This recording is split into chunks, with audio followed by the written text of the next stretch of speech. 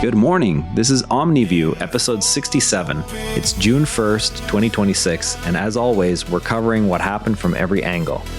Starting the week with a clear-eyed look at the stories that matter. A UK court ruling frees the government from Rwanda deal payments, while Labour navigates leadership moves and health policy adjustments. A court decided the UK does not have to pay Rwanda after withdrawing from the planned asylum processing agreement. The ruling followed the deal's earlier collapse. The decision removes a potential financial obligation tied to the previous arrangement. Coverage frames the outcome as a straightforward legal clarification that protects public funds. Some observers see it as closing a chapter on a contested migration policy. Others view the result as allowing future governments flexibility without legacy costs from prior commitments. Advocates argue that contract principles prevent payment when one party ends performance, and that this avoids rewarding non-completion. Critics point out that honoring even failed international pacts preserves negotiating credibility, even while they acknowledge the specific agreement terms limited any automatic payout. What contract language typically governs payments after one side withdraws from bilateral deals? Now, to really understand this story, there is something most coverage leaves out. UK courts examine whether the specific contractual terms create an enforceable payment obligation once one party withdraws. The process begins with the government's decision to end performance, followed by the counterparty's claim for compensation, then judicial review of the agreement's wording and any statutory authority. When you hear claims that a ruling either saves billions or abandons commitments, you can check whether the decision turned on contract language rather than broader policy preference. Next time you see a headline about a collapsed international pact, ask what exact clause addressed non-completion payments and whether the judgment cites domestic statute or treaty text.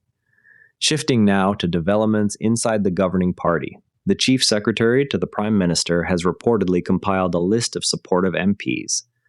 The move is described as positioning him against a possible Andy Burnham bid. The activity occurs amid broader government messaging releases. Reporting presents the preparation as standard internal party positioning ahead of any vacancy. Some outlets emphasize continuity with current leadership priorities. Others highlight it as evidence of active succession planning within Labour. Observers note that historical patterns show junior ministers building networks, yet they concede the effort can appear premature during active policy debates. Internal competition can sharpen ideas, even as timing during policy debates raises questions about party unity. How might timing affect public perception of party unity? Meanwhile, the new health secretary has adjusted an earlier position. James Murray stated he has reconsidered his previous phrasing following a Supreme Court ruling. He now emphasizes protection of single-sex NHS spaces. The comments come after he took the health portfolio. The adjustment is presented as a response to legal clarification rather than a sudden shift.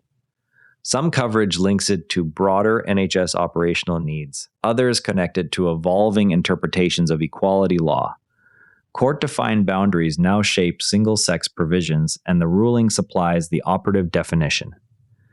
Self-identification principles still draw support, even as advocates acknowledge the need to reconcile them with the court decision. What practical changes might follow for NHS facility policies?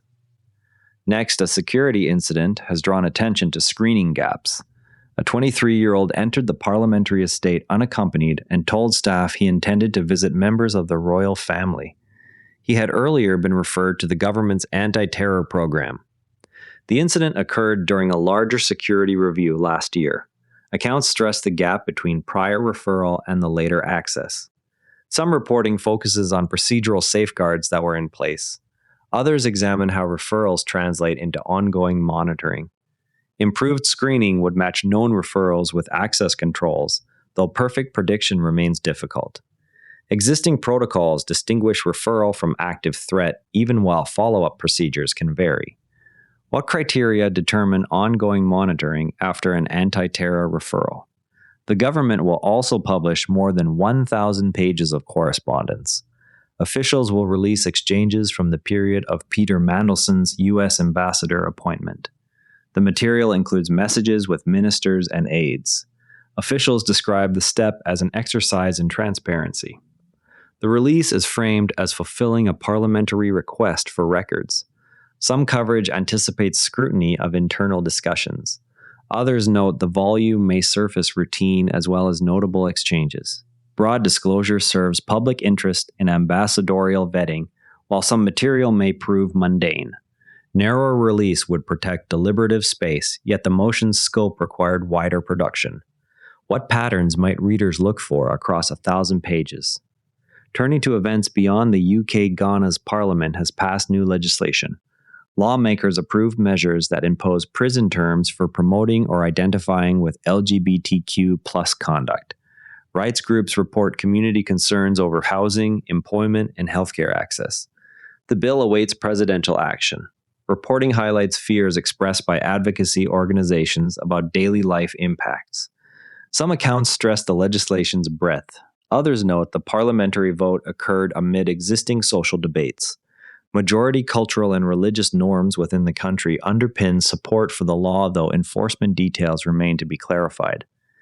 Documented risks to personal safety and services fuel opposition, even as legislative majorities often reflect domestic priorities. How do presidents usually approach ratification of socially divisive bills? In markets this morning, Treasury yields remained steady after reported U.S.-Iran exchanges of fire near the Strait of Hormuz. Oil prices rose, but markets showed limited broader reaction. Traders continued to monitor diplomatic developments. Market coverage emphasizes resilience in bond pricing despite the incident. Some analysis links the steadiness to expectations of contained escalation. Others note oil's separate upward movement, limited yield impact follows from the strike's geographic focus, and quick diplomatic signals, even while oil volatility can still transmit elsewhere.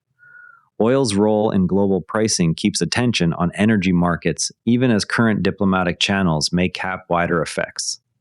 How might sustained oil price changes affect inflation expectations? Before we go, watch for further updates on U.S.-Iran diplomatic channels and any resulting shifts in equity and commodity pricing. That's OmniView. For full source links and more context, check out today's written briefing on the OmniView summaries page. As always, compare outlets, look for primary documents, and separate what's known from what's assumed. If balanced perspectives are valuable to you, share this with a friend and subscribe wherever you listen. See you tomorrow, and before you go, this show is part of the NARA Network, a family of daily podcasts covering tech, science, markets, and more. If you enjoyed today's episode, give Fascinating Frontiers a listen, the most fascinating news from space and science. You can explore the whole lineup at naranetwork.com. This episode used AI voice synthesis of my voice. Editorial selection and analysis are my own.